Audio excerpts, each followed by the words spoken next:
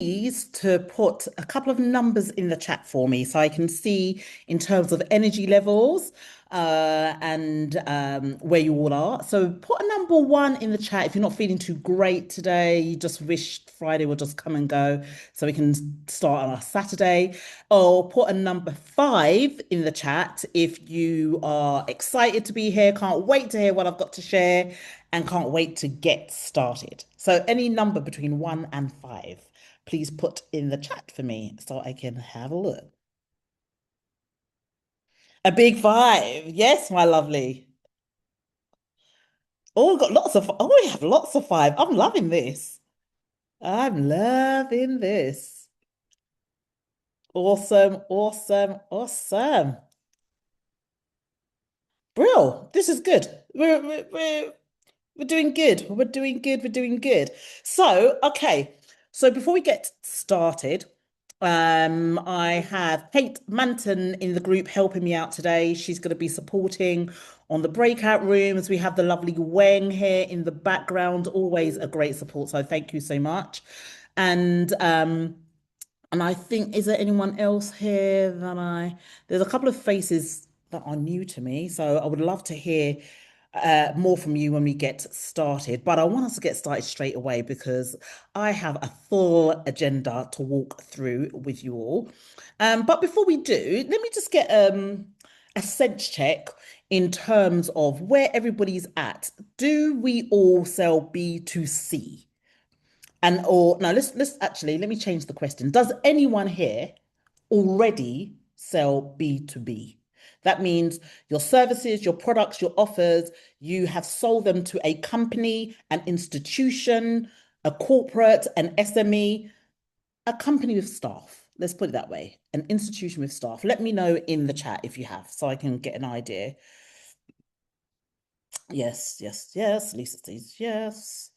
Awesome. Who else is in there? Oh, brilliant, brilliant, brilliant. Okay, okay, okay. Awesome.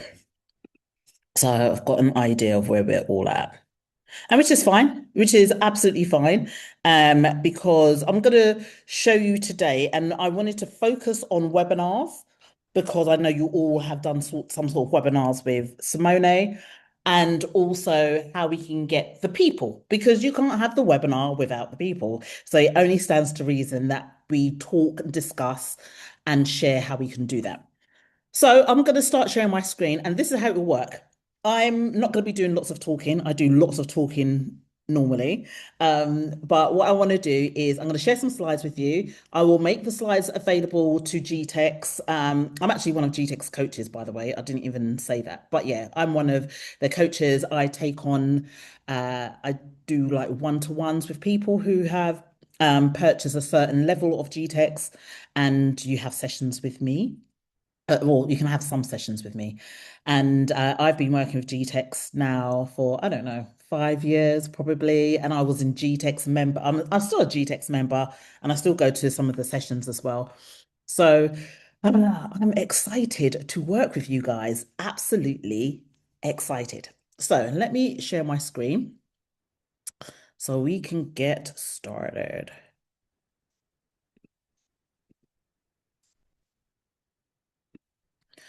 Okay. And what I want to make sure that we do, if you have any questions at all, please put them in the chat. We'll have some chances and opportunities to come off mute, to share. We'll have breakout room exercises. And I really want you to leave here today just getting that bit more confident and can see yourself actually hosting a webinar for companies. All right. In this day and age, we need multiple streams of income. And although it's easier to work with consumers and other entrepreneurs and startups, that's all great. But I can tell you, once you understand the code and the secret of working with companies, SMEs, corporates, they pay considerably better and they want less work from you. And I'm all about that. So let me know if you would prefer to start working with some companies where you have to do less work, but they pay you more. Put a one in the chat if that's you. If that's you, put a one in the chat. If you think, yeah, I don't mind some of that. Awesome, awesome. So we're on the right page. So webinars get you seen because webinars are the entry point when we're dealing with companies or SMEs, all right? Webinars get you seen, but people get you signed. So that's why I wanted to bring the people element into it so that it works together in tandem with each other. So a little bit about me. I've been working in HR in human resources for over 25 years. I've worked for a property company, trade bodies, analytics companies, all doing HR. I was doing that for years. Then I decided to go out by myself and do HR by myself. Did well doing that. Then I segued into leadership. So I currently still have HR retained clients because they're like my bread and butter. They're my business as usual, which is great, which I would advise anyone to make sure that as part of your offering to corporates that you have a retained package. So I have a number of companies, like IT companies, a PR company, a staging company, and they just pay me every month, whether I do anything for them or not. It's just a retained package. So I started doing that. But I saw a gap in the market where I thought, why is not more entrepreneurs working with corporates? Why are we always selling to each other? And I thought, why don't I just use my experience and share with other people? And that's what I've been doing for the last probably 6, 7 years now, helping entrepreneurs and small business owners source and secure corporate engagements. And I call them corporates, but they could be SMEs, they could be financial institutions, educational institutions. And I've personally delivered 30 virtual sessions. And this is for companies. I've done hundreds for entrepreneurs, but I've done about 30, 31 for companies that have led to contracts, greater commercial relationships. It's really helped me in my thought leadership. It's given me the credibility. So people think, oh my God, if I need leadership or support on entrepreneurship, Michelle Raymond's the girl. All right. So that's a bit of who I am and what I've done. And I've been featured in a number of publications, podcasts, corporate events, and I speak on leadership, retention, and entrepreneurship. So right now, I'm actually based in Dubai. That's where I am right now. That's why it looks like I've got hardly any clothes on because it's very hot out here. And and I'm doing a lot of work with Emiratis on retention because they tend not to stay in their roles long. And that's what I'm supporting on now out here. So this is what we're going to be doing. I've just done the welcome. We're going to set the ground rules and we're going to talk about why corporates buy from webinars and why they don't. Then we'll have a coffee break for about 10 minutes. Then we'll come and do part two, which is the relationship building and how to leverage your network to get conversions. Then we'll have a coffee break, and then we'll end with Q&As. All right. So just the ground rules. Cameras on if possible. If it's not possible because you're cooking, cleaning, and doing other stuff, that's perfectly fine. But I want you to be active. That's really important because it's an implementation session, not just me talking. I want to hear from you guys. I want to hear your struggles, your challenges. Utilize me. This is like a free coaching session for you, right? And I want you to definitely respect other people in the room, which means if I'm going to be sharing things about some of my clients. You might share some things, and I just want to make sure that, what's it called it? The Chatham House rules apply, that what said here stays here. We support other people, we respect their map of the world, and we'll all be good. All right. Is that okay, guys? Put a yes in the chat if that's okay with you. Put a yes in the Michelle, do you chat. mind if we just go back to the agenda? I'd love to screenshot it just so I, Oh, good job. please. Thank you. And Lisa, and bear in mind, we've already gone over the 10 minutes, so But only by 2 minutes. 5 minutes. I'm not even on track already, Lisa. So take that. That's no problem. You done? Thanks. Yeah, thanks. Awesome. No problem. Okay. So, most entrepreneurs, when it comes to, so I'm going to give you some information and then we can talk it through, right? So, with webinars, they serve different purposes. So, it helps with an awareness. That's the first thing. It helps with credibility. And then what happens next? You have an internal champion. I'm going to show you how to get your internal champion. Then they have approvals, and then it's contracts. So that is the process. This very simple process. But we know not everything simple is easy, right? But that is how it works. They hear of you somewhere on LinkedIn. They could see you in a publication. They could hear you on the news. They might see you on the podcast. And it doesn't matter who sees you. It's someone internal, right? It's an employee of some sort. Then you build your credibility with them because now they're seeing your thought leadership on LinkedIn, which I'm going to give you a tool for LinkedIn towards the end. Yeah, so they see you on there, they hear you speak, then you have that internal champion. We all need to have an internal champion to get a contract crossed. I'm telling you, it makes it so much easier. Approval, and then you get your contract. Now, your contracts could be one off, which they don't really like one off. They like to build long-term relationships, which is good, which works for us, right? But you can start going in with something short. You could do an audit.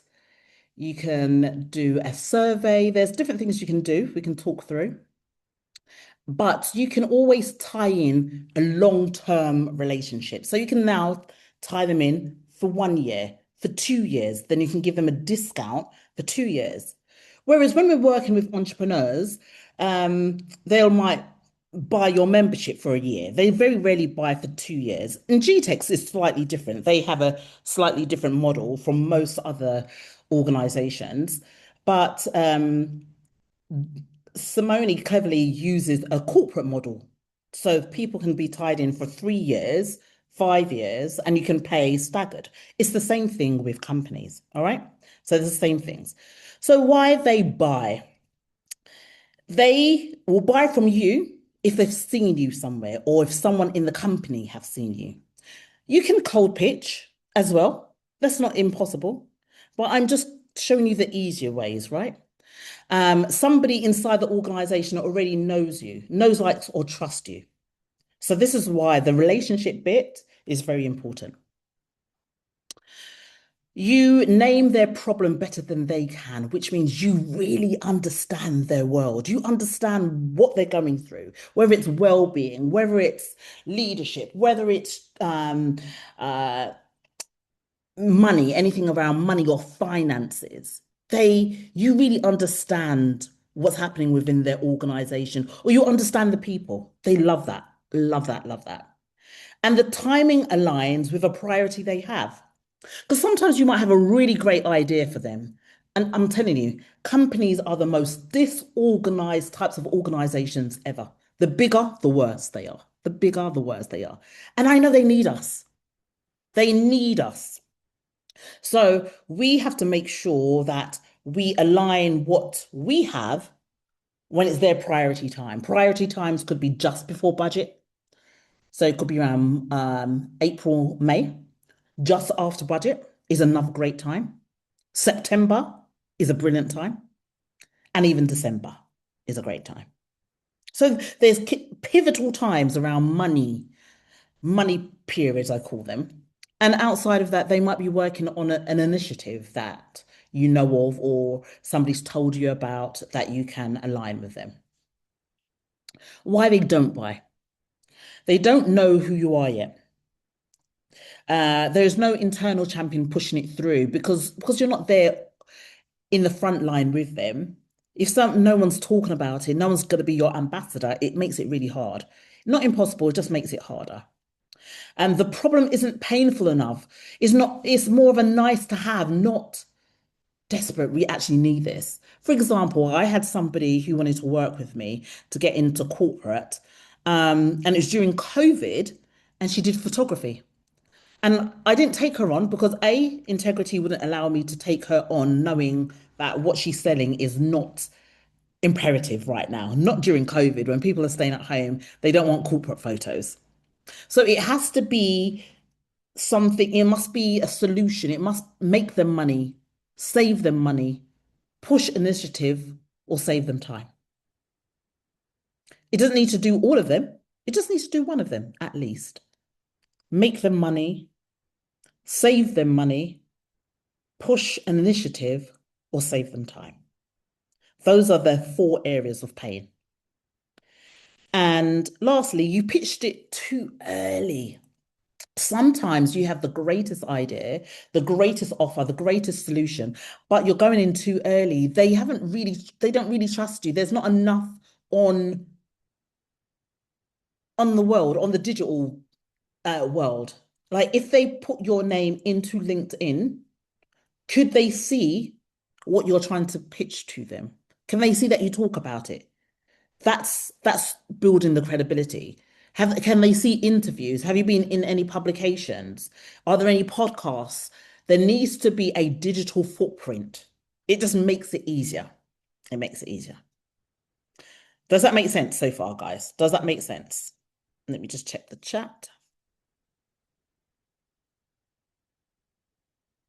Yes. So the months, so Lisa, and for everybody else.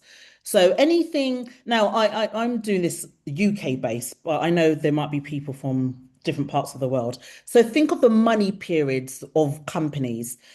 It's usually budget year, so it could be if they do the fiscal year, it will be around April, May is usually a good time.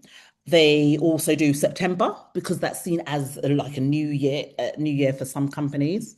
December because that's where people tend to leave because they want new year, new job, and they start looking at initiatives. Who can we bring in to support us with churn? Those types of things, right? So yeah, April, May, September, December, and sometimes in January. Not all the time, but it depends on the organization. Hopefully that's helpful. Okay, so let's look at webinars more closer. We call them webinars, you call them webinars, companies very rarely call them webinars. So I've given you this, so feel free to screenshot it. It's the same thing. You're still going to go on Zoom or Microsoft Teams or what other platforms? Chime. I know Amazon uses Chime. There could be other online platforms, but effectively they're all webinars, right? But they don't call it webinars. So we need to use their language. Same format, but we need to position it differently. And you see, when we're selling to each other, like if I was selling to who's in the room with me, like if I was selling to Sean, if I was selling to Lisa or to Kate, I will say to you, oh, join my webinar. I'm hosting a webinar in 4 weeks' time, in 3 weeks' time. When we're dealing with companies, we can call it like an executive briefing. It's slightly elevated. Or I'm hosting an insight session or a strategy briefing. The type of wording, the language you use changes everything. So if you want to do the same thing, let's say you wanted to do something on well-being, for example, you could say, I want to host an executive roundtable. You can use some of the words with other words. I wanted to host an executive roundtable with managers, any particular manager on in 2 weeks' time. This is what we'll be talking about. You'll create the brief. So we don't use webinars. Some organizations, they know what webinars are and they understand that, but we want to elevate it. Because when you're working with companies, sometimes they don't buy you because you're cheap. Whereas when we're selling to consumers, the cheaper the better, because you're dealing in that economy. When you're dealing with corporates, it's called the premium economy. When we're dealing with each other, it's the conventional economy. So we use words like webinars, but when you're in the premium economy, we use executive briefing, expert talks, strategy sessions, roundtable, lunch and learns. So that's the first thing I need you to get correctly. right? Because I'm going to get you into the breakout rooms to uh, create an outline and the topic of your roundtable, of your executive briefing. So we've got that. Any questions here before I move on to the next bit? Let me just have a look. Masterclass works well as well, masterclass. And Yeah. masterclass will work well if you are pitching your webinar to employees. Difference. When you're pitching it to the employer, and sorry, and when I say the employer, I mean just senior people. When you're pitching it to a head of departments or managers or department leads, we'll use one of these leadership sessions or strategy briefings. But when you want to sell it to the employees, you're still going to need the managers to sign it off. But if it's for them, you can call it masterclass. So thank you. So your briefing session, so in this session, I'm going to either call it webinars or briefing sessions. These are the things that it will help you do. It's definitely going to help you attract more clients. It's definitely going to build that trust. It's definitely going to allow you to educate them. Whereas in when we sell to each other, I'm going to always do the comparison so we know. When we sell to each other, we tend to teach on our webinars.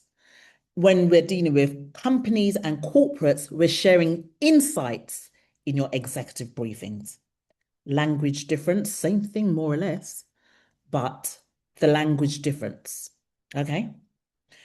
I try and run these, and the thing is, you don't need to get many people in the room. You could probably get 10 people in the room, 15 people in the room. If one of them closes, you're good for the next quarter. You're good for the next quarter. All right. So that's your webinar or your session briefing or your executive roundtable. That's what it will help with. When we are hosting for corporates, they want social proof. So please start thinking about the social proof. You probably have lots of it already. And it doesn't matter if your social proof was selling to entrepreneurs. It's proof that you understand your product. It's proof that you understand the market. It's proof that you know how to be a problem solver. So you need social proof. Whereas entrepreneurs, we buy on trust. Like I will join Sean's webinar because I trust Sean. So even if I haven't seen what Sean's done, I know Sean. So I'm going to go to her webinar. It doesn't work like that with corporates. They want ROI, return on investment of time, money, and risk reduction, which means if they're going to come to your briefing, they want to make sure that they're going to get something in return. I'm going to leave here with some insights on how to lead my team better. I'm going to understand how Generation X works with Generation Y in the workplace. I'm going to understand how me telling people to come into the workplace when they can work from home is going to impact somebody's well-being. They want insights. So you need to bring some stats into your executive briefing, some facts. You can use perplexity.ai for that. I'll put that in the chat. Perplexity.ai. That tool, and you don't need to buy it or sign up. You can just use it for free. It's really good for getting stats, some facts, some data, and reference points. So you can utilize that and put some of that in your executive briefing. When you're doing webinars for entrepreneurs, they just need to feel that the problem is understood deeply. I can't remember the last time I've been on a webinar with another entrepreneur and they were leading with facts and data. We just operate different. Corporate webinars or executive briefings, they buy logic and they so that they can justify it to internal stakeholders. So the person that's going to come to your webinar or your executive briefing may not be the buyer. It's going to be someone like me, HR. It could be head of learning and development. They need to understand what's in your webinar so that I can go back to my head of division and say, I've just been on this executive briefing with Lisa. It was brilliant. I loved what she was talking about. We need this in our company. It needs to be easily sold to someone else. Usually with consumers, the decision maker is in the room. If I was to sell you tonight, which I'm clearly not going to, but if I was to sell you tonight, you don't need to ask a husband or cousin or a friend. You'll make a decision. Corporate webinars, they don't make the decision unless the buyer is in the room, obviously. There's longer sales cycle because they have to speak to someone else. So your executive briefing is your early touch point, is your first touch point. It's not the last, because after that, you then drop them an email to ask them what do they think of it. Can we book a call? Consumers, or when we're dealing with entrepreneurs, they respond to practical, tactical, step-by-step content. They want to know what's in it for me, what am I going to get, what am I going to get. With corporates, they don't even care what methodology you use. They just want to know, if I bring you in, am I taking a risk on you? Are you going to embarrass me? Are you going to allow me to bring you in and my company pays you and you don't do a good job? That's what they're interested in. They respond to titles with specific outcomes and job titles. So, which means when you're going to sell it to a company, you need to get the right people in the room with the right job titles. And I'll show you how to do that. All right. So, those are the two main differences when we are selling using webinars with corporates and webinars with entrepreneurs. Any questions, Lisa? Brilliant. You Yeah. can come off.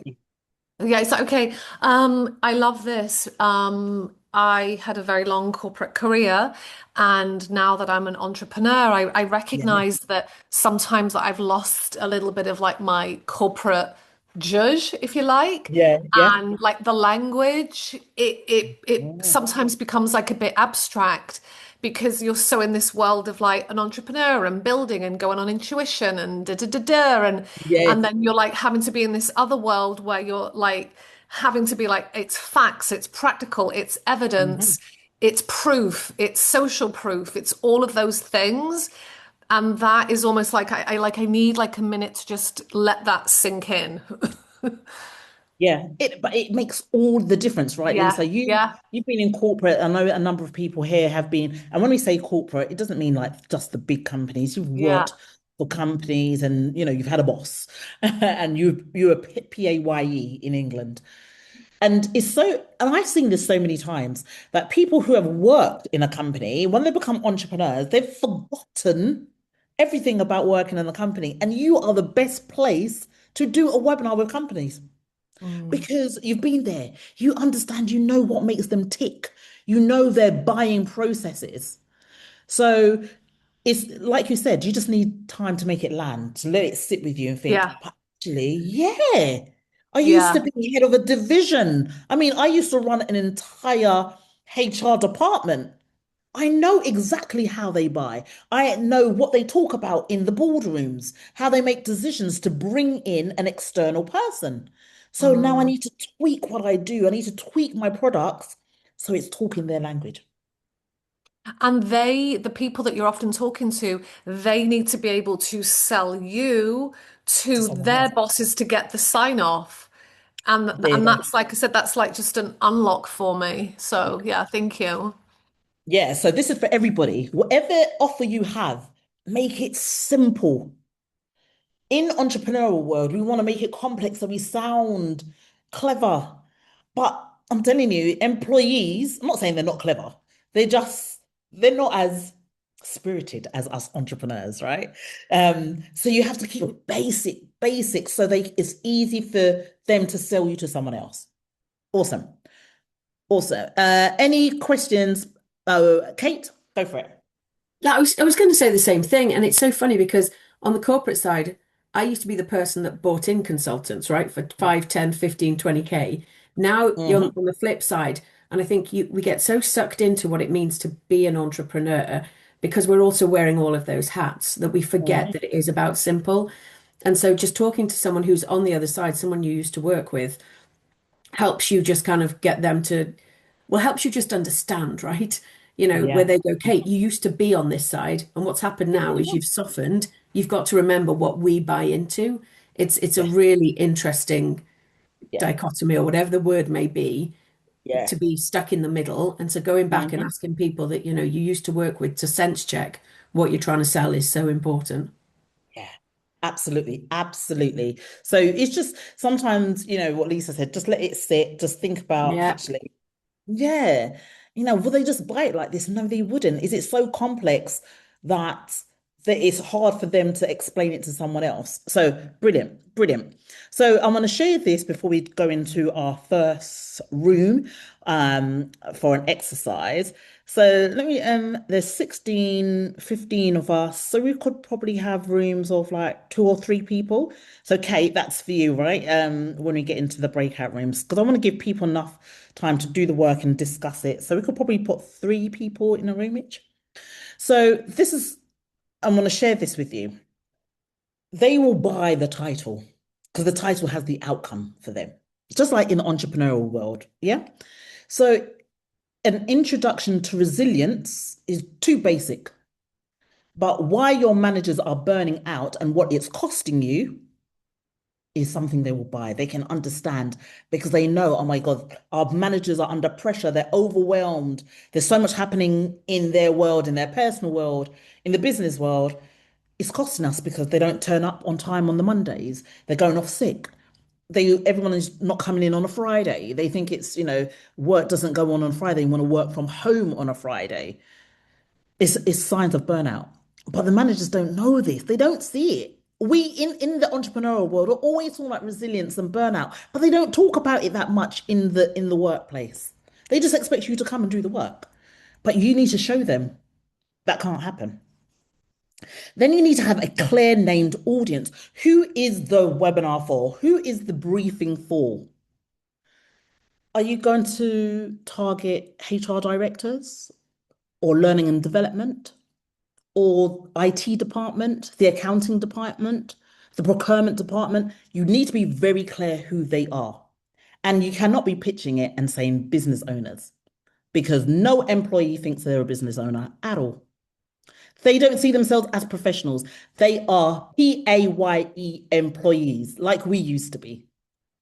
All right. So we need to make sure we're targeting the right language in the marketing or the email that might go out, the outreach that might go out. And you need 3 to 4 key insights. We're not training them. We are not training them. Just key insights that they probably haven't thought about or they know about, but they haven't looked at it from the perspective that you're going to show on the executive briefing. So when I did this with a recruitment company out here. I was showing them that they have entrepreneurs, that people who could be entrepreneurs, they have them in the company and they need to harness their talents. So when I was going through my 3 or 4 insights, they were like, "Oh wow!" And then I could see their brain thinking, "Oh my God, Alice, who sits in accounts, she's quite entrepreneurial. I've seen her push the boundaries a bit. I'm getting them to think about." People who they just see as numbers in the organizations, they're actually innovators. They can bring more money into the company. Do you see what I mean? I'm getting them to be, to look at probably what they've not seen before or what they have seen before from a different perspective, a different lens. Does that make sense, guys? Put a 1 in the chat. Does that make sense? A strong problem-led title, a clear audience. Think about what you're doing. I don't want anyone to think of a new offer. Think of your existing offer, what you sell to entrepreneurs. You could probably sell in corporates. But who would be the right person? And what 3 or 4 things could you share? So let me give you some topic ideas. Weak ones, strong ones. Have a look at that. Introduction to social media marketing for marketing teams. Nah. Let's how marketing directors of mid-sized firms, look how niche that is, can use LinkedIn to book 5, I'll just put 5 here, but it could be any number, right? 5 qualified business leads a month without paid ads. So if you're in marketing and social media, that will be a good title. Wellbeing strategies for leaders, 2 week. How operation leaders can cut burnout driven, and I put 30%. You don't even need to put a percentage in if you don't want to. You can put 40%, 10% without adding to your HR budget. They'll love that. They're like, oh my God, yeah, we're having burnout and it's a strain on HR. But if we can have this round table with this person who can show us how we can reduce burnout, I'm happy to listen. Improving your leadership skills, 2 week. How to reduce a voluntary turnover in your management team by 30% this year. Yeah. All right. So this is how you need to elevate your titles. Elevate your titles. You can do a screenshot of this if you want, just to get an idea. Michelle. Hey, this is Yes, who's Latanya. that? Hello, Hey, Latanya. I noticed you have numbers in all of your titles too. So is that key? Yeah, Having they some did kind of like metric? numbers. They do like numbers. It's not in it doesn't mean you can't have numbers because actually the last probably 3 or 4 I did had no numbers in. But I know some people like numbers. So you want to you could do it with numbers, you can do it without, but companies like numbers. And the last one I did, I think I just called it I can't remember. I'll find it, and when you're in the breakout room, I'll tell you what the title was. But it was something around entrepreneurship or how to harness innovation from within, or something like that. It got me in. And I've been delivering that same to different companies, and it had no numbers in. But these ones specifically, I wanted to show with numbers. All right, good. Let me just make sure I'm not missing any questions in here. No problem, Vivian. Right. So this is our first exercise. Um, right, let's do, I think 20 minutes should be ample. How are we doing for time? So, and excuse me, guys, because I'm working on a different time zone. It's actually 8:40 where I am, which means it's 5:40 where you are. So, okay, cool. So I want you to design your brief. Write a problem-led title. So this is your existing offers and services that you do. I don't want anyone to make anything new up, right? Just use what you got. Use what you got. Name your audience. So it could be a job title, it could be a sector, it could be a seniority level. Like, are we talking about mid managers, senior leaders, entry levels, graduates? There's graduates in organizations. So pick your lane, pick your lane. And what 3 insights could you share?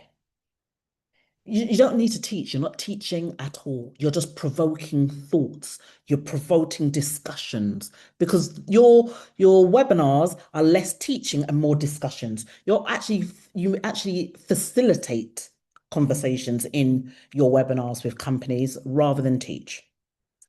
So that's what you're going to do. I'm going to leave that on the screen. I'm going to see if I can drop it into the breakout rooms. Before we go into the breakout rooms, are there any questions?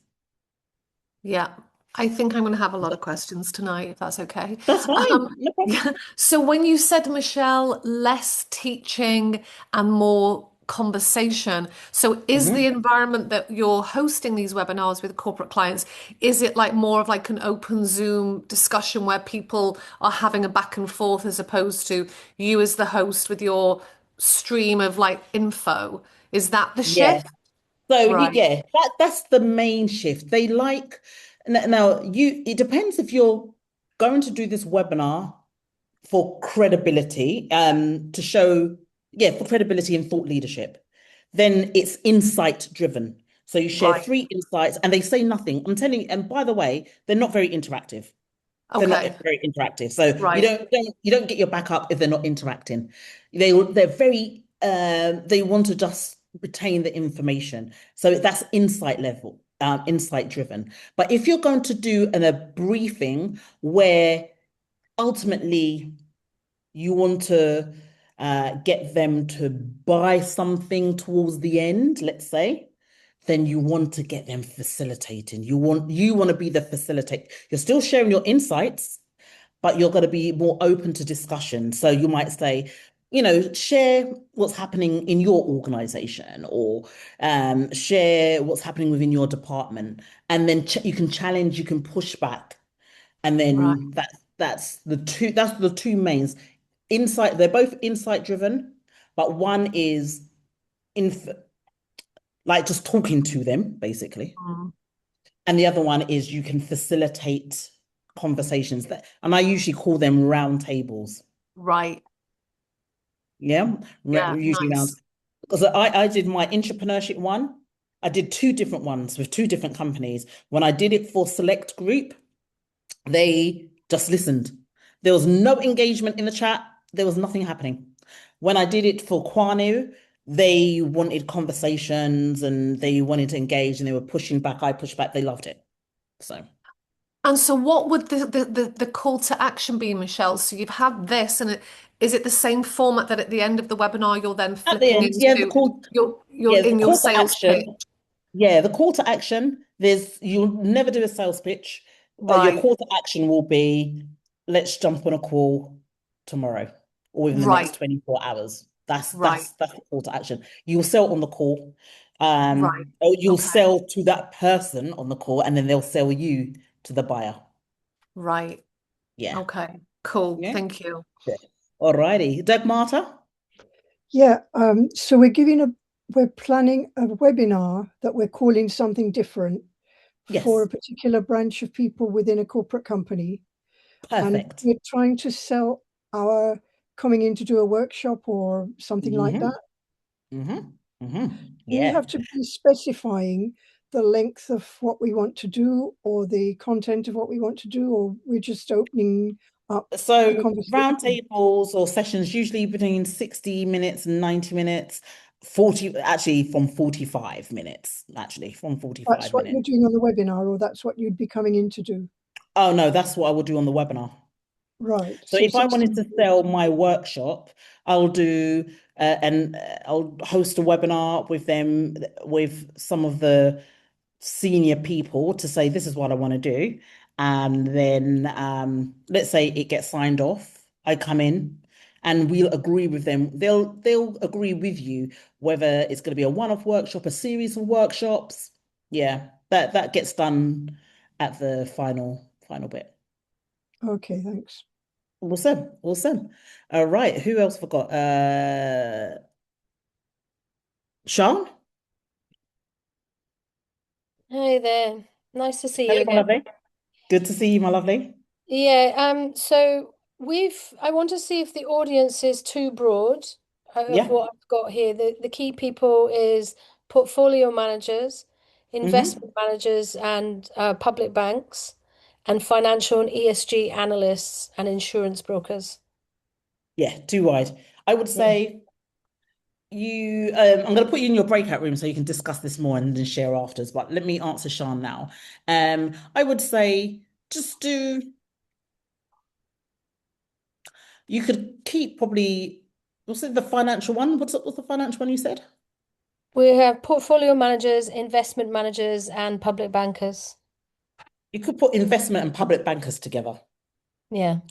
And portfolio managers may not always be financial, but the other two sounds very financial to me. So you can do that. And actually, one thing to remember, guys, and for you as well, Sean, your webinars, you can do one webinar and invite different people from different companies to one webinar, or you could do one webinar for one company.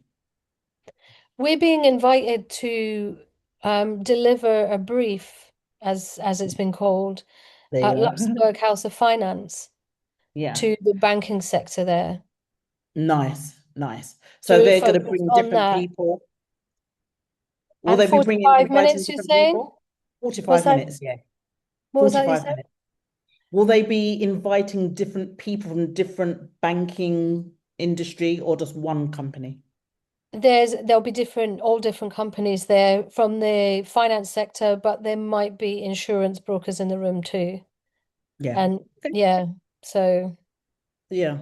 That's So I good. just Oh, mark that's it to good. the bankers, and Yeah. then it would be relevant information anyway if an insurance broker came Yeah. or an ESG analyst, they would get Yeah. it. They'll Yeah. still get it exactly because they work Yeah. in the same areas. Yeah. Okay. Awesome. Thanks. Awesome. No problem. All right. Okay. So who else? We'll take one more question, then we'll go in the breakout rooms. Takwa, over to you, my darling.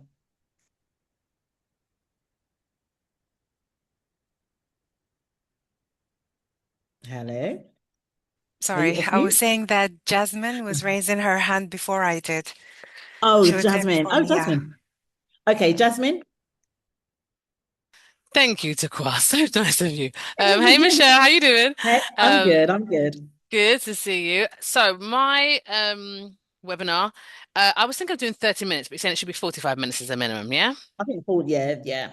Hmm. Okay. So I was gonna be when you say insights, I just want to get a feel for you if this would still constitute. My website title needs work, you've helped me realize. Empowering diverse leadership, something around that. I need to work on it. Hmm. But that's what it's about, kind of sharing with these organizations that they need to focus on empowering diverse leadership, women, ethnically diverse and neurodiverse individuals as a kind of future proofing for the business, because this is what supports organizations to perform better. McKinsey's kind of reports all show that. And then I Yeah. was going to show some of the the challenges that they face, like the glass ceiling, the broken rung, that kind of stuff. Am I teaching Hmm. or am I giving insights, would you say, with that? You're giving it insights. What makes Okay. it teaching is how you're going to do it. Insights is like, this is Aha, what's right. happening in the world. This is Okay. what's happening in other organizations. And Mm, then you could say, like, if you don't get up to speed or if you don't do it, you could be left behind, that type of thing. And then you can okay. dig down into it rather than Brilliant. teaching them, yeah, teaching in teaching These are mode. the Yeah. steps. Final Yeah. thing is Hmm. I finally, I think it's about 2 years, but never mind. I created my freebie for organizations, which is where they can do my Empowered Score quiz and get a free, very high level report, and that using No, that as a tool to then say you could do this to empower and develop the leadership capacity, and that's what I want to give at the end. Do you think that would perfect. still work in this That kind of will love setting? that. They will love Yeah? that. Okay. Hmm. All right. They will Cool. love that. Yeah. Thank you. Awesome. Awesome. All right, we'll take one last question and then we'll just go into our room. So Takwa, over to you. Hello, hello. Um, Hello. you're dropping gems. Gosh, this is so valuable. I'm writing down Thank you. everything. So, my question, Michelle. Now, I have everything ready. The webinar, the emails, and everything about to launch, but you're really making me reconsider that I may have a bigger value that I need to tap into. Question is, would there be two versions of what I deliver? Is it healthy to have that, or should the focus be on the higher stakes with corporates? So give me an example if you can. So I'm going to sell the application of my cultural understanding framework. Hmm. Everything is well defined, designed, ready to apply. Now, with that, definitely there is a part of the audience who are top senior decision makers, managing partner in law firms, those who are signing big deals, and they need to understand the cultural language. But Yeah. for corporates, and correct me please if I'm wrong, the framework I have relies on 4 weeks of different applications for 4 pillars that I came up with as the components for the entire design. How can I still serve everyone who would like to learn about that, while now you're opening my eyes that I should not miss out on the corporate client who would be wanting such a thing? Yeah. So your 4 week deliverable. Yeah, so I'm going to be dropping words, so just pick them as I drop them. So deliverable is your 4 week pillars, your 4 week pillars, right? That's the end. And so what you can do is you could reach out to a company who wants to diversify into the region. So you might have to look at some of the like certain magazines or trade bodies of organizations or brands that want to expand and capitalize on them, right? And you could reach out and just say, I've just seen in Campaign magazine that you're looking to go global. Have you thought about the Middle East, the GCC regions? Mm. If so, I would love to host a private group session with you and some of the other decision makers around how to understand the language, the cultural alignment of Middle Eastern culture. So when you try to enter that market, you're better positioned. In your webinar, you'll say, I want to share with you part of my framework, and those are your 3 insights. Yours will be 4 insights, right? And you just give them a little bit of the framework.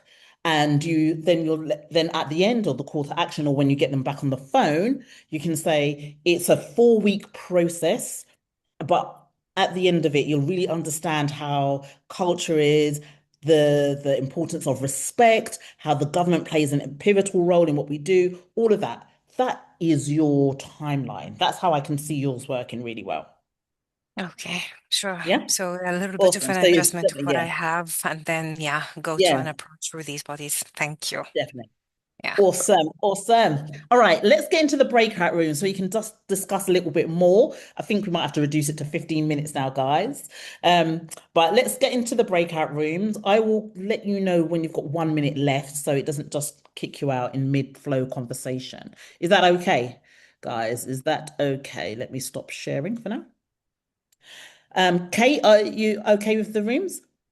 Yeah, I think you've blown Awesome. everyone's minds, Michelle, which is fantastic. And I'm just hoping I'm not going too deep, but I No, it's mean, perfect. It's perfect. yeah, And if it's people okay, have okay. questions after the replay, then, that's Yeah, great. yeah, Right, I've got rooms of mostly threes with the odd two. good. Okay. And I've Awesome. scheduled it for 15 minutes and I'm going to open them all when you give me the okay. Let's go for it now. Okay. Enjoy, everyone.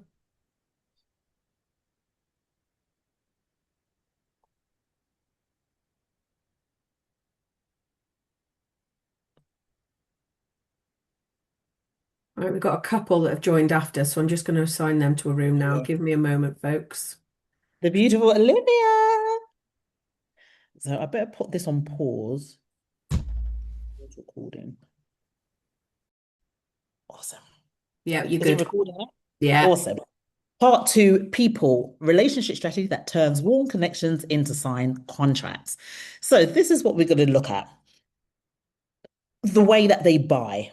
Just I'm doing it really simply.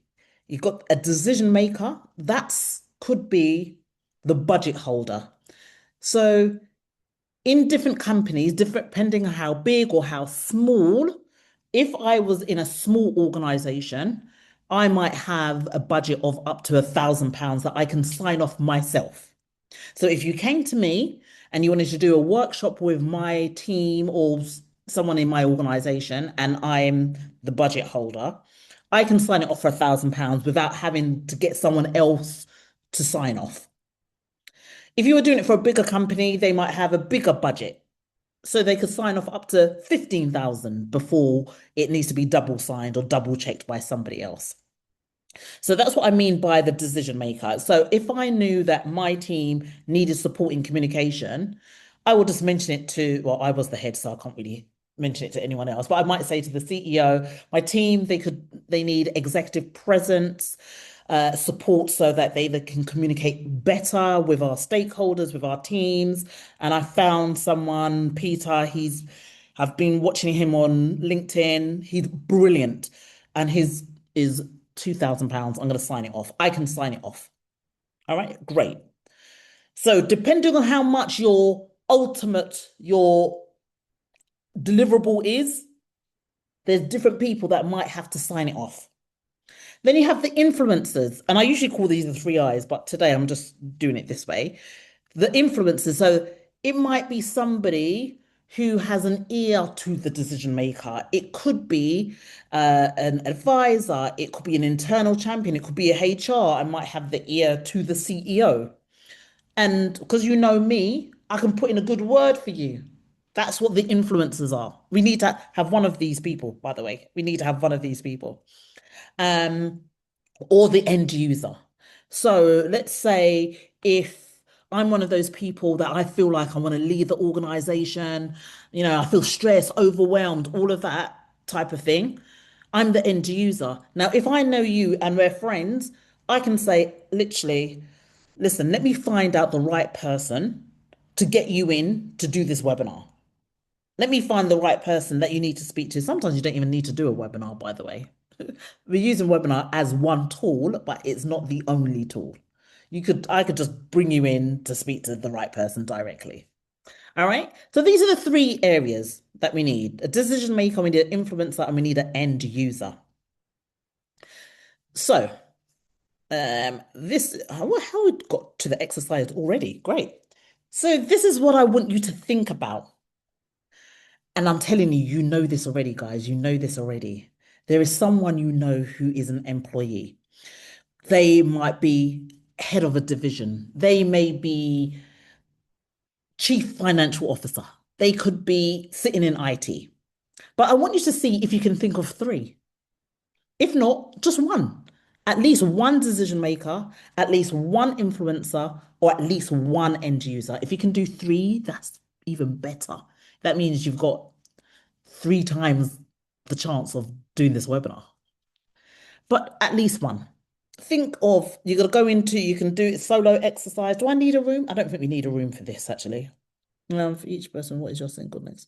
No, we're going to just do this exercise. So I want you to think of at least one decision maker you know, which means you might need to go through your LinkedIn and just look at people you know, look at their job titles and see if they're working at places you could be delivering in for. All right. Think of one of each. Then I want you to think for each person, what is your single next step? What can you realistically do? When's the last time you spoke to them? Would you need to do a reconnection message to them because you haven't spoken to them like in 6 months? Or you've been talking to them and actually, I can just send them a LinkedIn message. Think about what that could be and identify one strategic partnership that could get you in front. So out of those three, which one can get you in front of more people and can help bring people to your webinar? Do you understand what I'm asking? Let me check. So I need you to think of one decision maker. And when I did this exercise, I do this exercise all the time because this is the only way I can do it.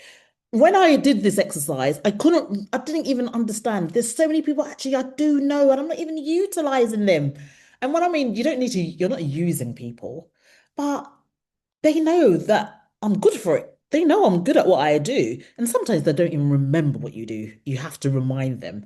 And I was going through and I thought, oh my gosh, I know this person, I know this person. Just write them down.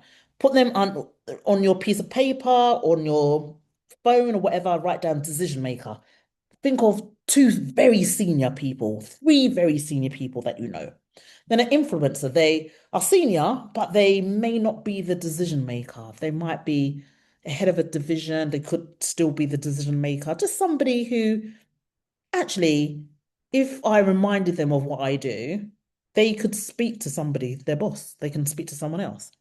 And an end user and sometimes the end user is the influencer. So that's fine. All right.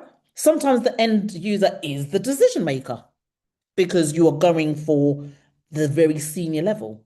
I just need you to put a name under each of them. Yeah. And then think about what your next step is. So we have 20 minutes starting from now. And my timer is going on now.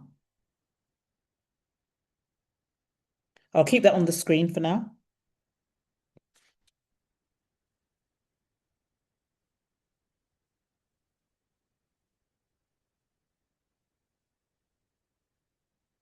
I might reduce it to 15 minutes, guys, because I've got another exercise.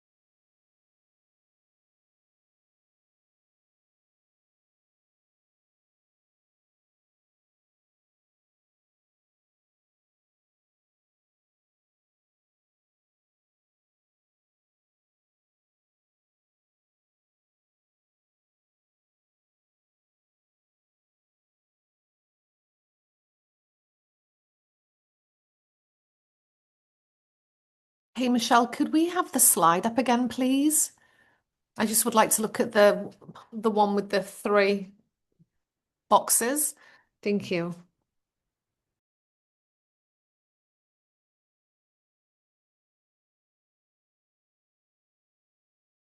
Is it this one? The one No. with the yeah, number slide that one, Oh, this please. one. Yeah, thank you.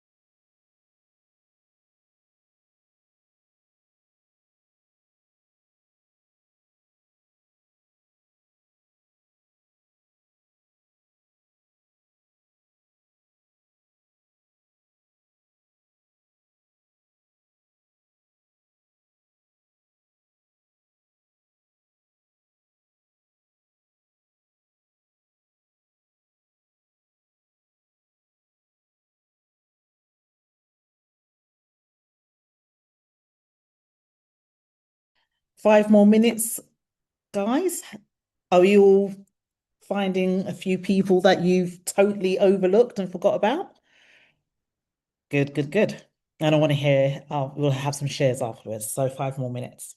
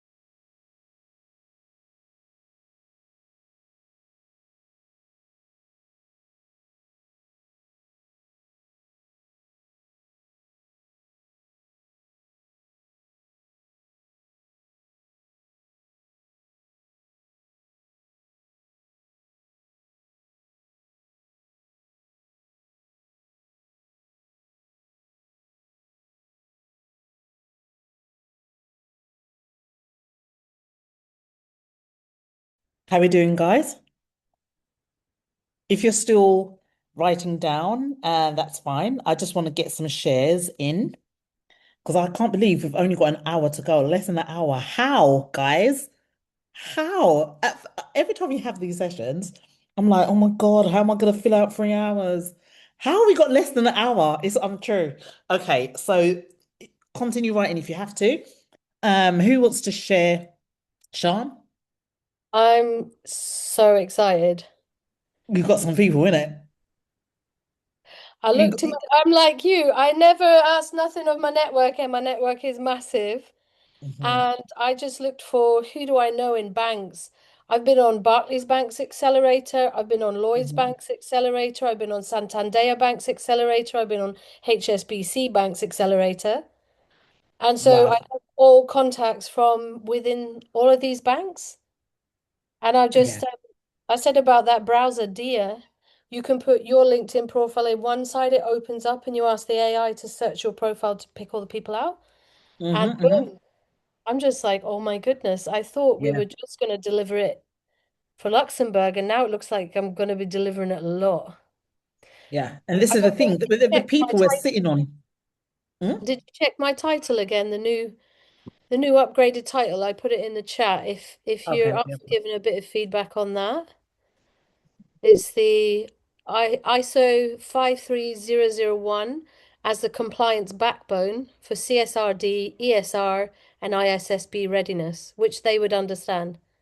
Mm-mm. They understand all that compliance. Did you write it in the chat? Yeah, I tagged you in it.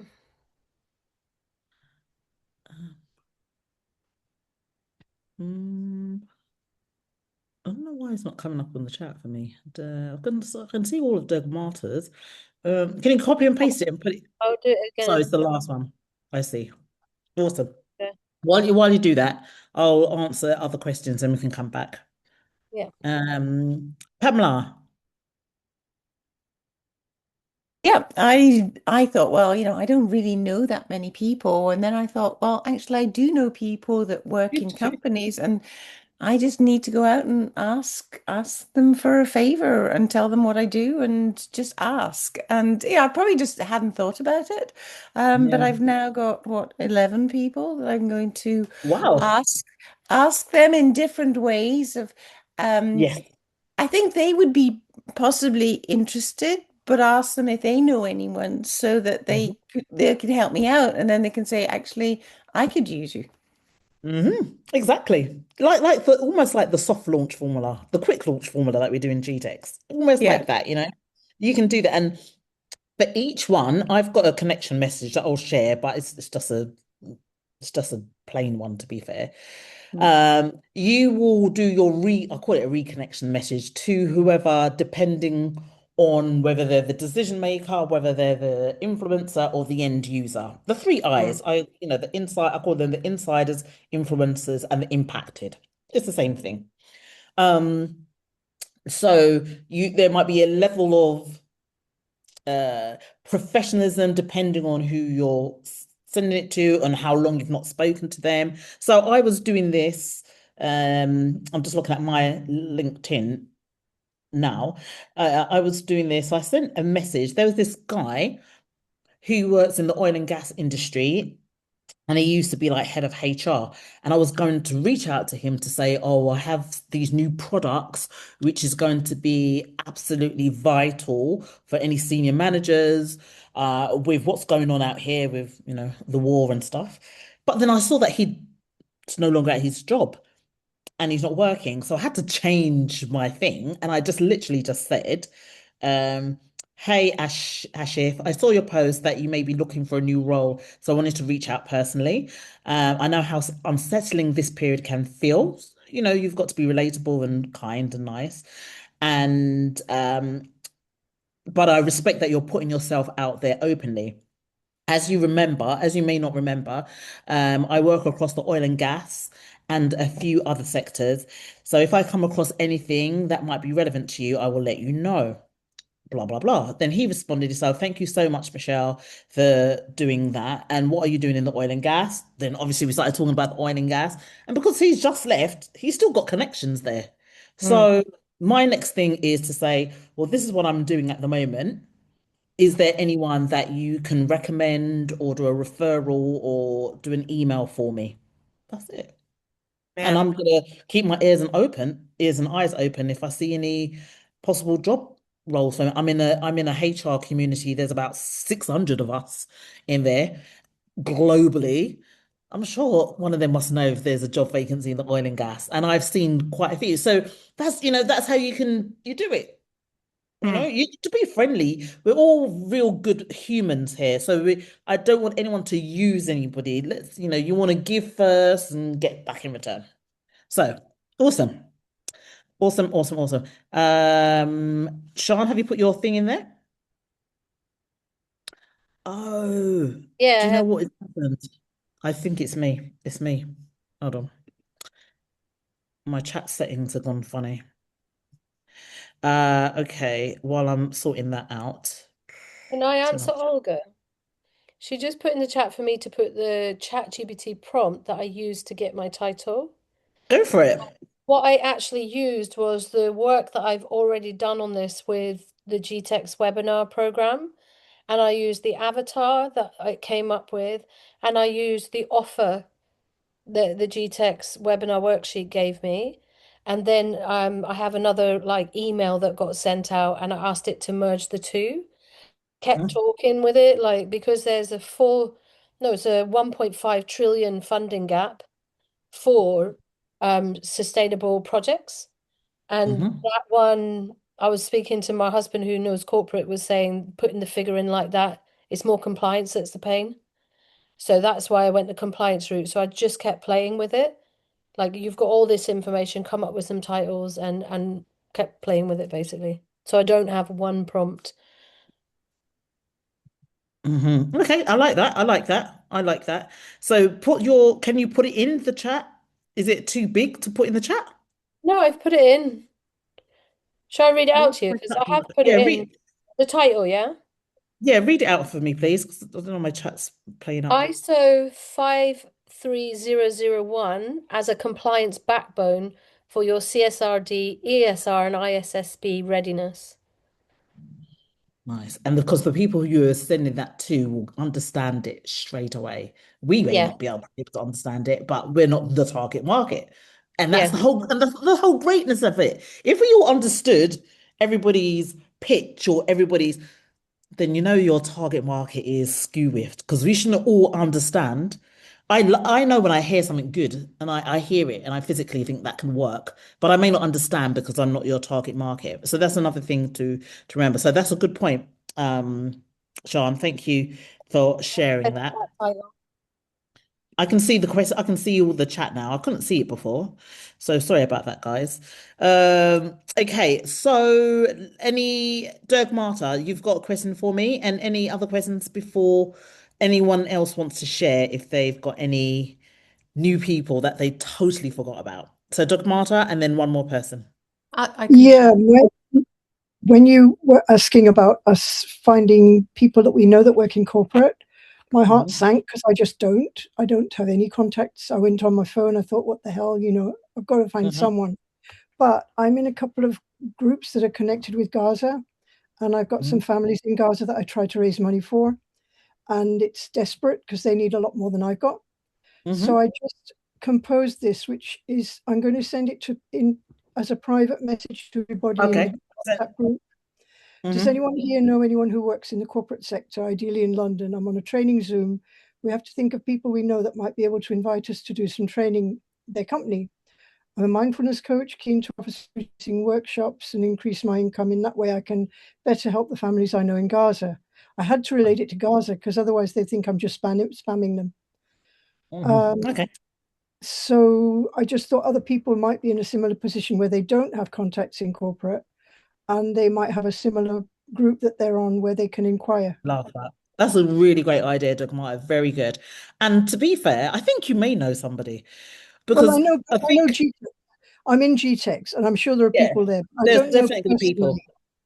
I have And you no know what? personal contact. If you reframe what corporate is, it may widen your reach. Because if you think corporate is Michelle, just big organizations, because you said Michelle, earlier, 70. I'm sorry? 70. I'm 70 years old. All my peers are none of them working in corporate anymore. I don't have young people. I mean, my sister's son is a corporate whiz kid in Rome, but I can't really do much with him, and he never communicates with me anyway. It's just literally Yeah, complete I hear blank. that. Totally understand. So But let's also stick with you were talking about care homes earlier, and well, you that's what said I've in been your meant message, to you said in try. your message that with care homes, you know they need what you have. And so what I I know want they've you got to a lot do, of stress, but I know they're not well funded as well. I know the people who work with the clients, with the elderly people, are often cruel because they're too stressed. But they probably have no time off and not enough money to buy into it. It's really tricky. okay, no problem. So what I want you to do, actually, as an exercise, because you know this about the care home, Yeah. do you know anyone that works in a care home? No, none at all. Can I interject Okay, as well? Even though the go for people it. that work in a care home are often on lower income, people that run care homes have money. And as Yes. long as there's a good reason for them to invest in this training, they have money that they can use to invest. Care That's what I'm homes saying. make lots of money for the people that own them. There's lots of compliance and stuff, so they've got to pay out and whatnot. But it's Yeah. just about if you get into the people that are in a care home, they know the people somehow, some way that own them. You've got an avenue to then get the connections. That's exactly what I'm hoping to be able to find, but I haven't Mm. yet got any Okay, connections. so Doc Marta, I'm gonna give you some things. Tomorrow, I'm actually seeing somebody who runs a healthcare care in the community. So I'm gonna find out from her what Ooh, I'm going to ask an open question. What problems are you seeing in the industry right now? So I'm not gonna tell them, I'm not gonna go and say, are they stressed? Because we yeah, have to find out what is current, not what we think is current. I'm going to ask sure. her, what is happening within the healthcare industry right now? What's the main challenges that your managers are facing?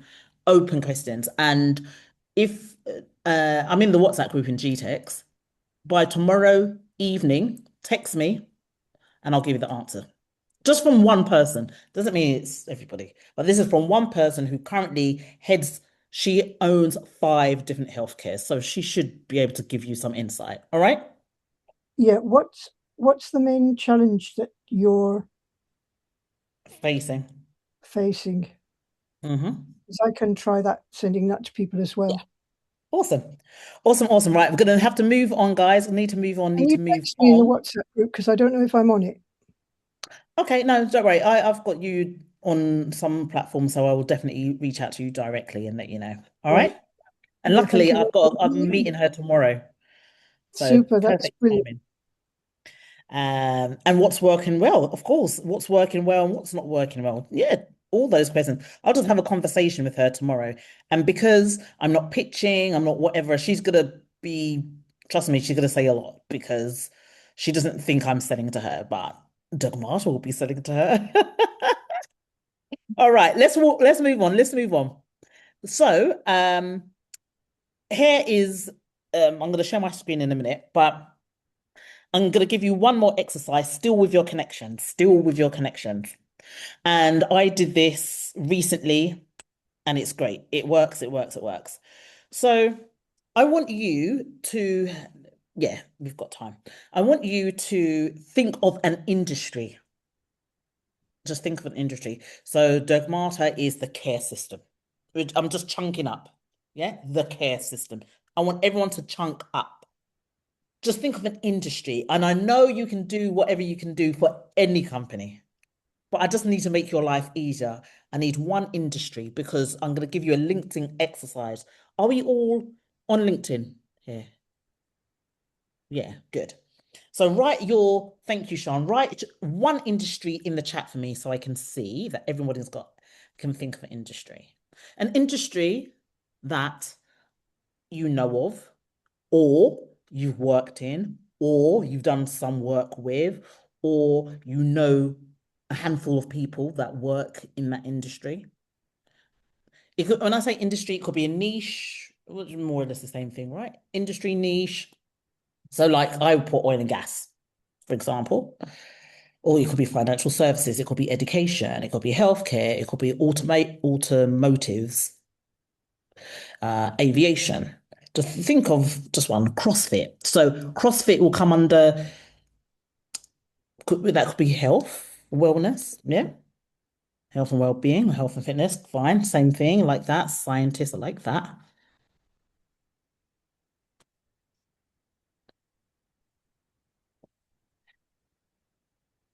Has everyone written something in? Aviation, education, care homes, hospices. So you choose one out of those, Dogmata. Just do care homes for now. Okay, so what I want you to do is literally, you're going to go into LinkedIn. I'm going to see if I can do it on mine as well. You're going to go into LinkedIn and in the search bar, type in the industry. Then you filter it from your first connections. Your first connections, that means direct connections with you. Your second is that if somebody else knows them. Yeah, all of that. So we just want to do our first connection. The reason being, that means you've connected with them or they've connected with you. That means they're warm. Even if they're cold, warm, there's something there. And I want you to list at least the top 10, the 10 names that are coming up, or make a note of it somewhere. Out of that list, who do you actually really know? Because sometimes on LinkedIn we're connecting with people that we don't really know. You're just connecting because some coach or consultant said that you need to increase your list from 500 to 1,000. But look in that first connection, who do you actually know or they know you? Because I want you to reach out to them, not right now, but I want you to reach out and ask them, will they take a 20-minute call with you? Yeah. So let me see if I can share my screen. Let me get it up first. Michelle, while you're pulling that up, can Yeah, I ask a question? go for it. Go for it. Yeah. So I'm in Sorry, who's HR, but asking? Is this Latonia? yeah, Latanya. Yeah. Okay, good. Yeah, yeah. Um, so, with me being in HR for so long, but I worked for Fortune 200 companies, and a lot of them are already going to have the support that I would offer. So really, ideally, I would target smaller companies who don't have as much support. So I'm focusing on providing outsourcing support, supporting Mm-hmm. support around reductions in force, right? Yeah. So I think ideally for me, it would be like locally where I could meet with people in person, be there on the Yeah. ground, but I don't have a lot of networks here locally. So when I just now did the exercise you said, most of my contacts are in Fortune 200 companies, and I know that I wouldn't be able to do it because they already have the support to do that. So what is your suggestion for that? I think you could, although you're saying the bigger companies might have them, but even big companies might have the internal resource. Yeah. You could offer to support the internal resource because sometimes they're so close to it, they don't see things. So that's how I pitch myself. I do like HR and I actually work with companies already have HR internally, but I support them as well, just in case I support the HR because they have nobody above them. And they're stretched, right? So And they you're stretched. saying I Yeah. shouldn't, so you're saying I shouldn't automatically filter them out. Yeah, I don't think you could. I don't think you have to. You could, I think for focus, just focus either on SMEs or large. But what I'm saying to you is you don't need to only stay there because there's large organizations that have outplacement services and they're probably not doing as good as a job as they can because they're so close and they can't see what you can see as an external coming in. So that's how Mhm. I pitch myself with organizations that have internal HR already.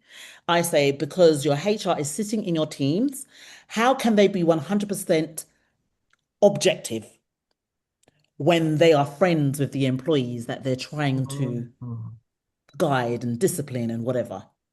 So I offer, that's why us as all externals, that's how you want to be pitching yourself, that there's people, they might have people inside who's already doing well-being, who's already doing this, but sometimes they're so close they can't see. And so allow me to give you an external perspective so you're not missing money. I mean, they're all commercial, so we have to talk money, right? That's what you Mhm. want to say. So you're absolutely right. You can still go do the SMEs and what I call, if you can see them in person, it's pounding the door, because you're gonna go door to door. That's how I do it. When if I was in London, I can't do it here. You can't walk anywhere out in Dubai, to be fair. But if I was in London and I used to work in Piccadilly Circus, I did a list of companies just around the area and I will walk and I'll say, hi, just offering my services. I offer that. I chair employment tribunals, which you can't have someone in-house do it because they're too close and they can't be Okay. biased. And that's how I did my services. So I just now remember, so as you know, well, here in the US, we have WARN, the Workers Adjustment Uh, it's escaping me. Anyway, if an organization is laying off one-third of their workforce or at least 50 employees, they have to file with the state 90 days in advance. So I Mhm. remember when I first started my company, I had pulled that list, right? So I'm thinking I could start there because these people Yeah, they've already put on notice that they have to do this reduction in force. So I could girl. easily Mhm. target them and just do like a email campaign, I guess. Do an email campaign, do a LinkedIn campaign. I'm going to share this exercise I'm going to give you guys to do right now. Let me show you so you know how to do it. And then I want you to do it. Just see if you can identify at least 5 to 10, if you can, if you can. So if you can see my screen. So just let me just go back so you can see. So gone on to search, I just put oil and gas. As you can see, it's there. Um, just wait for it to load. Then I go to people. Probably I should have put that in my instructions. Go to people and then select first connections. Hmm. Yeah. So can you see Ashkif, who I was talking about? So Yeah. these are my first connections. Now remember with LinkedIn, it picks up words. So it doesn't mean that these people are still currently working in the oil and gas. All right. So this person, Elizabeth, seems to be, um, this lady seems to be, but I can see there's some people, it might say used to work in oil and gas, past. There you can see, past tense. So my email to her might be slightly different. But these are all my first connections. All right. So I want you to look at your first connections.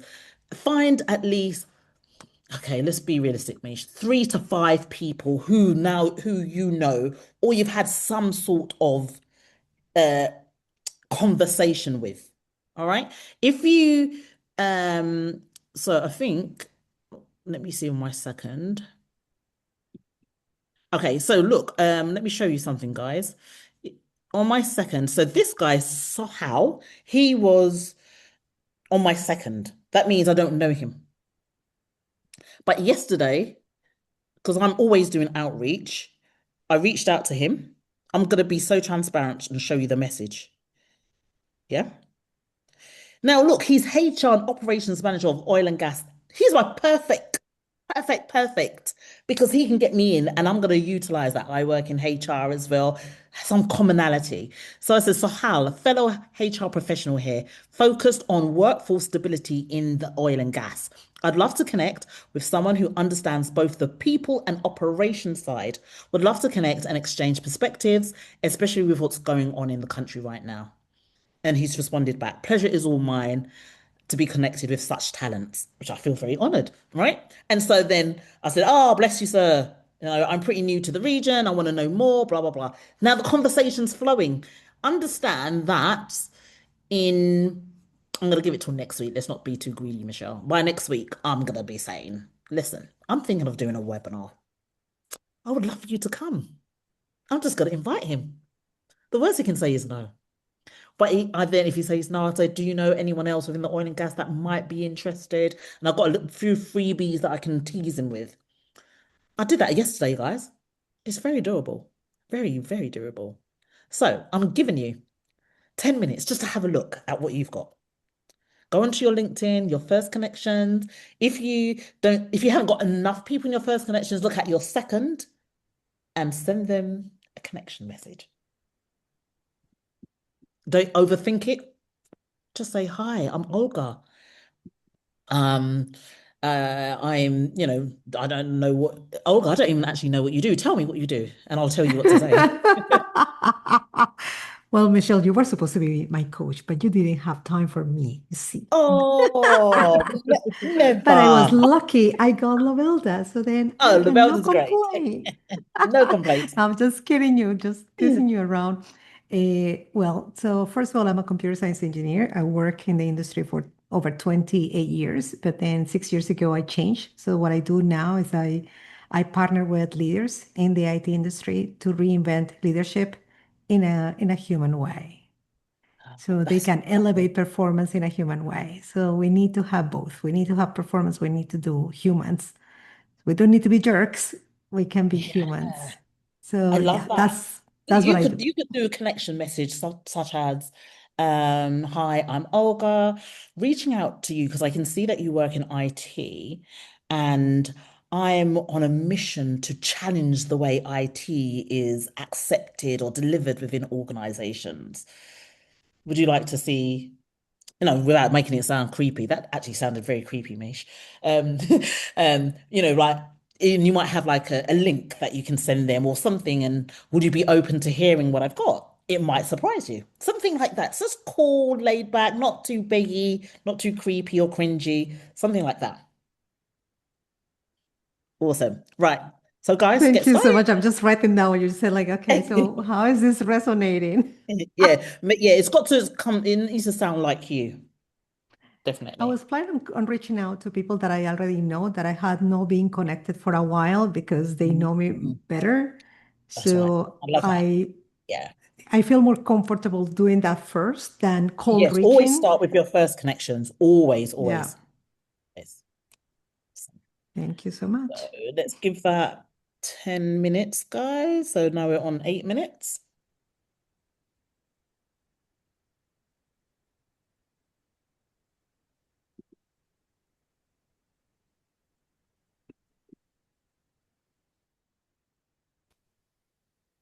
Michelle, can I ask a quick question? Yes, you can. Hello, everybody. Hi, Michelle. Hello, my darling. Um, my industry is health and well-being or health and fitness. Is it worth me putting in something opposite other than health and fitness? Like, say, for example, HR, targeting HR rather than me putting in the keywords health and fitness or health and well-being. Because if I put in health and well-being, then it's people that are already doing health and well-being, if that makes any sense. Right, exactly. So So yeah, so putting I'm you, looking yeah, for, putting your target. Love that. So so if what I you put in can like do then, leaders, for example, or leadership or leaders, hmm as a keyword or yeah, or even be more specific, I would say. So hmm, just decide on a department. So not IT, IT people, they won't buy it because they just, you know, won't do it. IT people like IT and not people. hmm, So go for a department like what's the stress? Sales. hmm, Good one. So you can put in sales, um, um, or you're looking like for salespeople, and but make sure they are sales in an organization. yeah, We're not looking for sales professionals or sales business no, people. It's got to be like sales teams. yeah. Yeah. Yeah. All right, thank you. No worries.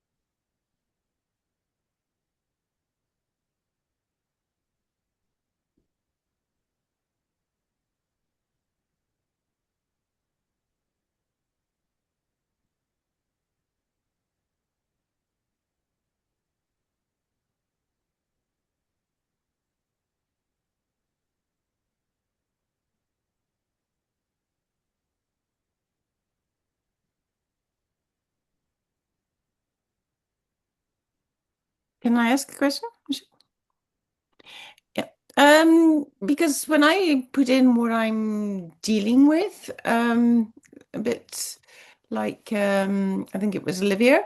then I'm finding people that do the same thing as I'm doing, and so they're not necessarily wanting to hear from me. That's right. So I need to put in something different. Yeah. Target so what we would say is let's say industry what industry do you know? What industry do you have some sort of inroads with or some sort of so like I can say oil and gas because I've done a lot of leadership oil and gas, but I've also done some work with educational institutes, Mm, universities. mm. So I could put education as so I can't tell you the industry. You have to know what in even if it's a company that you worked with years ago and it was in a particular industry. No, I So could do it from my husband's because he's in commercial yeah, real retail. estate, and then also half my church go is made up of Total, so I Oh, could use them. yeah, Okay. that's it. And this is a good test for everybody. So I'll tell you why. if when you're doing these types of exercises and you're seeing lots of people like you, that's because you have been building your LinkedIn networks with only adding people who are like you, your Mm. competitors. And one thing, oh, I need to find a link to send to everybody actually. Um, One thing I tell people when they want to start expanding their income to include income from corporates or companies, you have to start creating a better network on LinkedIn. Mm. And which means you don't have to add everybody that request you and they're in the same field as you. You can, I'm not saying you don't, but make sure that you're now doing some outreach to companies, to people who are employees. Because when you start putting out your thought leadership content, if all your people are all menopause specialists or well-being specialists, it's just going round to them. Only they will see it. Mm. Only they will see it. So you have to start creating a list, not a list, a network of people who are employees, who are heads of divisions, who so I go through you see I go through that same list. I usually go through the second and third because that means they completely don't know me. And I reach out to them and I connect because I need them in my circle. So when I'm putting out all this stuff about oil and gas and showing how brilliant and clever I am, I need them to see it because I need them to book me. You see? So Yeah. it is your network on LinkedIn. That's why. Okay. Thanks. No problem. We've got another 5, 6 minutes.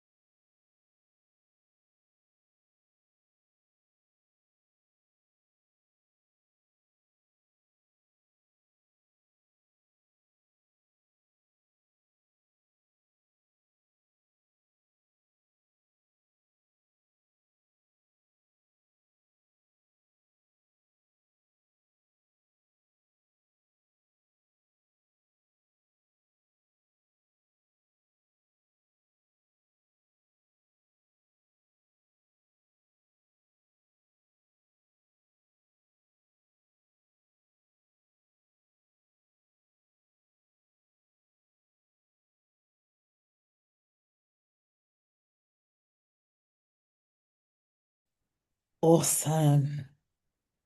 Awesome. Awesome. Does anyone have any names? You don't need to share the names, but is there any people that you think actually, yep, I can reach out to them? Let's see a show of hands. Good. So Sean, Jasmine, Peter, Lisa. Okay, good, good. Takwa, I thank just you. messaged 5 people. Okay, you messaged them already. I love it. Okay, good, good. Yeah, strike the iron while it's hot. Love that. Good, good, good, good. Let me let me see something. Hold on. I've just closed it. Pamela, go ahead, ask your question. I was just saying that I'd found some people. So Oh, you found some people as yeah. well. So out of those people, what why do you feel that you haven't reached out to them before? Because I hadn't thought about it. Yeah, it could be, yeah, it could be even that, yeah. I think I needed the structures with which to onboard them properly. Like Mm-hmm. I've been going through this year of a lot of building the right presentation and then the Mm-hmm. right automation behind it, so that when I Yeah. do hit the leads I have, I hit them with strategy, not winging it. Mm-hmm. And Yeah. so I've deliberately not reached out, but I'm like this close to the reach out bit that now Yeah. I'm focusing on this. You just see how many are there. Mm-hmm. Mm-hmm. I like that. I like that. Good, good, good. Any other shares? I think I was shy of reaching out to these people because for me, the change of profession was a very difficult identity shift. Yeah. So they know me from who I was, not who I Mm-hmm. am now. So I guess I was a little bit afraid of judgment. But now, after 6 years, like, who cares if they don't respond to me, or if they do, then that's fine. So it's a little bit of reconnecting with them. So then my message that I sent to 10 people right now was, hey, we haven't seen each other in a while. I would love to have some chat. I changed my path and I want to share with you what I have been up to, and I want to hear from you. We'll see if any of these people respond, and if they don't, that's okay. Yeah, yeah, that's fine. And that's the thing about this, right? Because you have no idea if they're going to respond. And remember, not everyone sits on LinkedIn. I think who is it? Emil is using WhatsApp. It doesn't, we use LinkedIn for the exercise, but there might be people in your WhatsApp in some groups that you're in. And we have to all this is how I see it. You have to remember, we're all really busy. So sometimes they don't answer straight away. And, you know, that secondary message follow-up is always useful and needful because sometimes they don't see it, you know? I remember I was chasing this guy like for ages and I'm thinking, why is he like ignoring me? And it transpired that he was on paternity leave, so he wasn't looking at my emails. And when he got back, and he said, "Yeah, sorry, I've been away, but I'm on top of it now." So, I now try not to take it personally if I get not I don't get ghosted, or sometimes I do get ghosted actually. But if they don't answer straight away, I really do believe that the right people will see it at the right time. So you just have to, and they will never know what you do unless you tell them. They'll never know what you can do until you tell them. And Mm. there's going to be people in your network will be like, "Oh my gosh, Jasmine, why didn't you remind me that you do this?" I was with someone today who is an accountant, and I'm going to ask Simone if I can teach this with you guys. I do it with another group around partnerships, how to get corporate partnerships. So the corporate partnerships, but it's just partnerships really. Um, and you look at what you do and what other organizational company you can partner, not another entrepreneur. We're good at that, but another company that you can partner with. So as me and Latonya do HR, our partner circle will be accountants, will be private healthcare, will be pension providers, because we serve the same audience, but we do different things and it's all complementary. And I was with an accountant today and I just thought, oh my God, I am sitting with someone who runs their own accounting firm. So she must be in contact with SMEs that she does accounting for that may need HR support. And I mentioned it to her today, and we have been friends for years, but yet we've never talked business. And today we did it. And she said, "Oh my God, let me put you on my next newsletter." So when it goes out to 500 nurseries, one of them might need HR support. And it's just, that's free marketing, guys. So that's a different story. Now I've gone off tangent talking about partnerships, but yeah, you get what I mean. That could be another masterclass, guys, another implementation session. So let's do Lisa and Tugmata, and then we're gonna open for questions. Just for the last 10 minutes, 8 minutes. Go for it, Lisa. So mine is not necessarily a question, it's more of Hmm. a sense check on LinkedIn Yeah. because I have used outreach tools before and actually got rid of them. And now I do everything manually and it's more time consuming. But what I always do when we're doing that search is the people come up, the list of people come up, and then I go to their profile and there's two things that I check. One is when was the last time they posted? Have they ever posted? Because that's an indication that they've got a profile because they've got a great job title, they've got a big following, but it doesn't actually equate to activity and frequency on LinkedIn. So I Very do true. that. And then I also look if someone has taken the time to change their LinkedIn URL to personalize it, because that shows you already are they like an active person on the platform? And if they're not, not that I don't bother, but I just know I'm not going to get a response from them because they just have a profile dormant. Yeah, that's a really, I never, and the URL thing is a really good point. I've Mm, never thought about that. And you're absolutely right, because if they are actively using LinkedIn, they might yeah, go that extra further. Not saying that exactly. everybody would, but it's more likely they will Yeah, do that. That's a good point. That is a yeah, good point. And because in companies, they are all, not all, but more often than not, somebody in the team, in the marketing team, would have told everybody to create a LinkedIn profile, yeah. And but not probably all of given them them. yeah, sorry to stop you. Exactly. No, no, no, you're right. And but not all of them may use it. So that's a Yeah, really good point. yeah. That's a good point, guys. Love that. Thank you for that, Lisa. Doug Marta. Yeah, hello, Michelle. Yes. So I'm here. I took what you'd said, and I didn't have anybody first or second in care Mm, homes. So I just tried to reach out where you send a message, and I could only get three messages unless I joined professional again, which I don't want to do at the moment. But mm-hmm. the three messages I just put hello, their name, and then I'm doing some research into how I may be able to support care homes, both staff and clients. Can you let me know what are your main problems and challenges and what's working well? Which was basically 198 of the 200 word letters allowed. So thank you for that. How often would you check LinkedIn? Because I basically haven't touched it for months and months and months. It's Mm-hmm. just like a bottomless pit for me. It takes time up and it doesn't lead to anything. Yeah. So do you know what?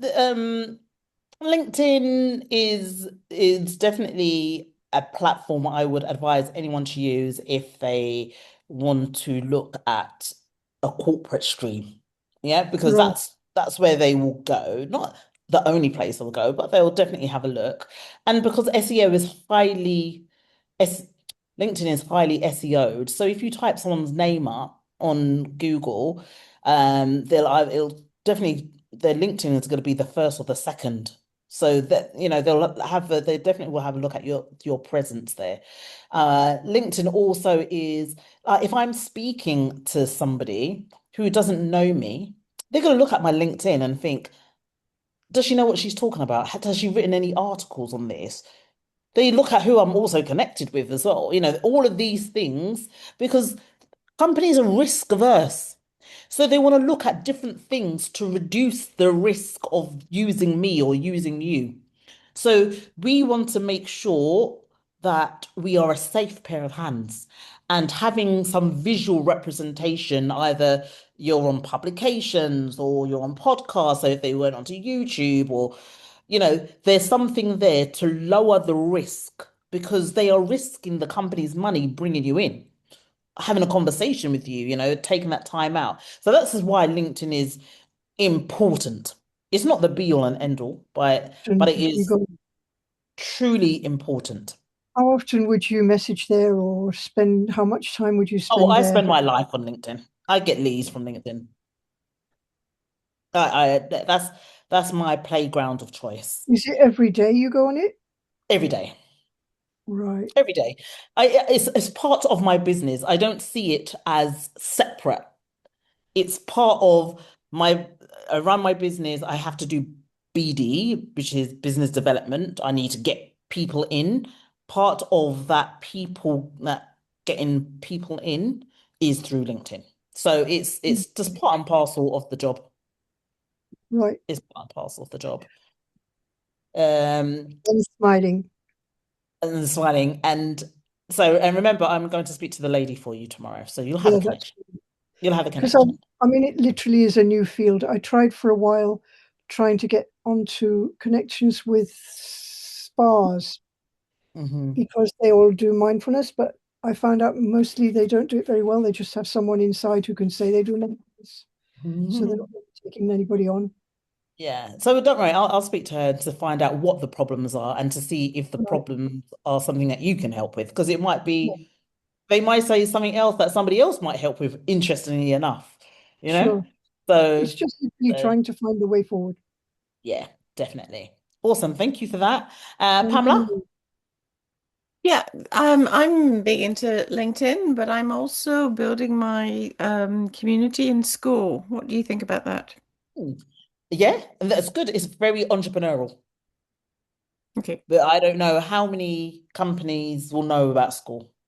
okay. Not saying they I don't know. If I spoke to one of my clients today, they definitely wouldn't know about school. We all know about school, but I no, don't. What is that? it's a community platform. You can put trainings on there. You can put it's like a community hub, right? Where you can put stuff on. It's a But counterbalance of Facebook. When Facebook got yeah, so complicated, these two entrepreneurs mm, did school, and it's a great way of getting a community. But yeah, is it going to get into companies? Probably not. no. And you have to remember the risk. Everybody has to always put risk at the top of your thinking.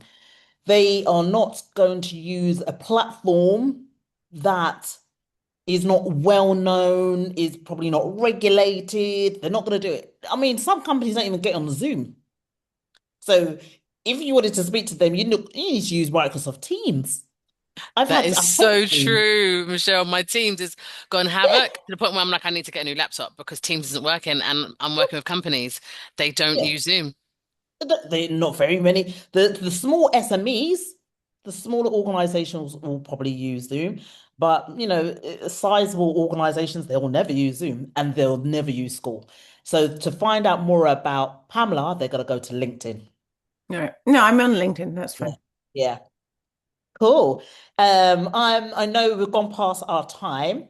So this is what I'm gonna do. I'm going to, yeah, if everyone puts their LinkedIn in the chat, because I want to see the type of content you're putting out. And also, let me put mine in there as well. Somebody asked a question earlier that I didn't get to answer, and that was, what's the best times to run your best times is either early morning or in the eve or early morning, lunchtime, or sometimes in the evening, a Thursday, but usually in the mornings, or a lunchtime, because then you can the lunchtime and executive roundtable around lunch, which is fine. Mornings, lots of companies do it in the mornings as well, and very rarely on a evening. And if it isn't an evening, it'll be a Thursday evening. So that's just a pointer in terms of best times to do it. Olivia? Sorry, Olivia, Hello. go. Hello. Sorry, I was late to the party earlier, so I wanted to Mhm. ask my topic title. Well, see what everybody thought about it. Is that possible? Yeah, you can I know do. we've run over. The mine for the corporates is the hidden key. It's health mastery as your leadership edge, and then I give a little description about what it is. Say that again for me. Health mastery as your leadership edge. And then what's next? What's next? So it started off with the hidden key, and then it says health mastery as your leadership edge. And then I give a brief description about what it is. I just say that I uncover how well-being fuels effective leadership, that leaders shift from reactive to proactive by mastering physical, emotional, and spiritual health. Attendees walk away with strategies to manage stress, prevent burnout, and lead from a place of resilience, energy, and balance.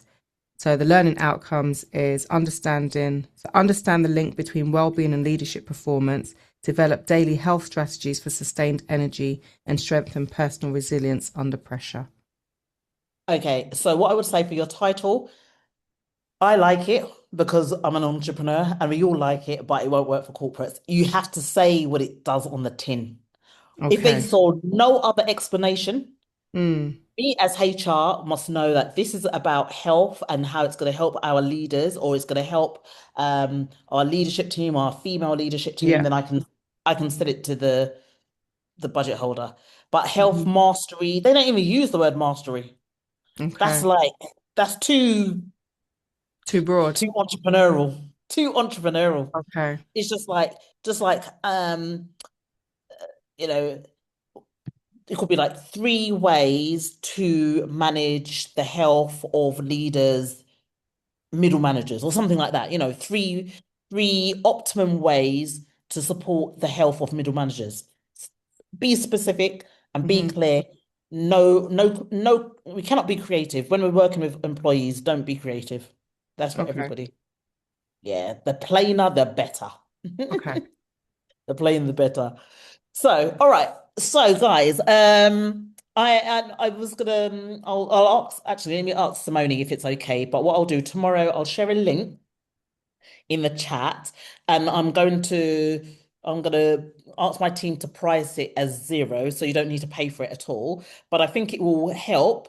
And that's why I want to share it with you guys. It's like a LinkedIn content and call to actions that you can use, which are all corporate friendly. Every single one of them are corporate. Now, guys, I do sell this. So please, if anyone asks, don't tell them that you got it for free because I'm trying to be selling it for £297, right? But I'm going to give it to you guys for free. I think it's going to help you so much, and it's going to, here it is. Um, and what I've done is it's a framework you can use in terms of what type of content to put out when you're trying to attract corporates, the call to actions. So it doesn't say DM me. We don't say DM me when we're talking to, and we don't use the scarcity thing as well. So I've given you 10 call to actions and corporate lead magnets. So like if you've got any surveys will work well. These webinars work well. Audits. So I've listed about 20, I think.